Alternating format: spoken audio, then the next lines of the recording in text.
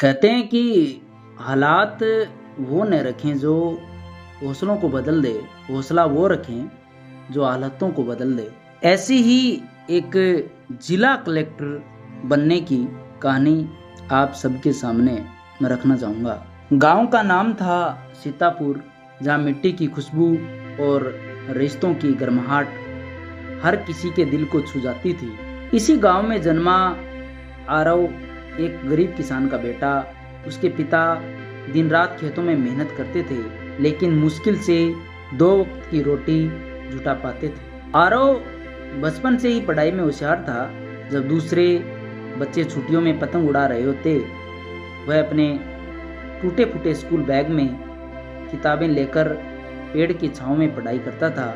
उसकी माँ हर दिन पूजा में एक ही दुआ मांगती, हे भगवान, मेरे बेटे को इतना काबिल बना देना कि वो इस गांव का नाम रोशन करे। एक दिन स्कूल में मास्टर जी ने बताया कि आईएएस अफसर देश की सबसे बड़ी नौकरी होती है।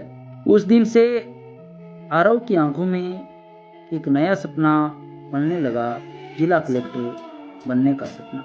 लेकिन राह आसान नहीं थी।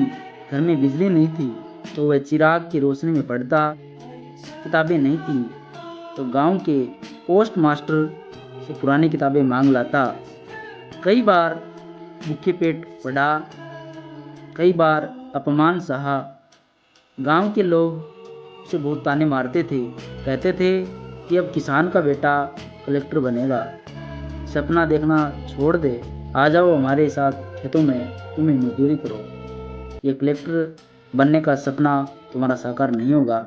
पर उसकी माँ हमेशा कहती, बेटा, जो सबसे ज़्यादा तकलीफ़ें झेलता है वहीं सबसे बड़ी कामयाबी पाता है। ग्रेजुएशन होने के बाद आरव शहर गया, जहाँ उसने पार्ट टाइम काम किया। उस काम के बदले में जो पैसे मिलते थे उसे कोचिंग की फीस भरी और उससे किताबें भी खरीदी। कई रातें स्टेशन पर बिताई, क्योंकि आरव के पास किराया नहीं होता था। आरव ने पहली बार यूपीसी का एग्जाम दिया, लेकिन आरव पहले अटेम्प्ट में फेल हो गया। लेकिन आरव ने हार नहीं मानी। उसके बाद में दूसरी साल यूपीसी ने अपना नोटिफिकेशन निकाला।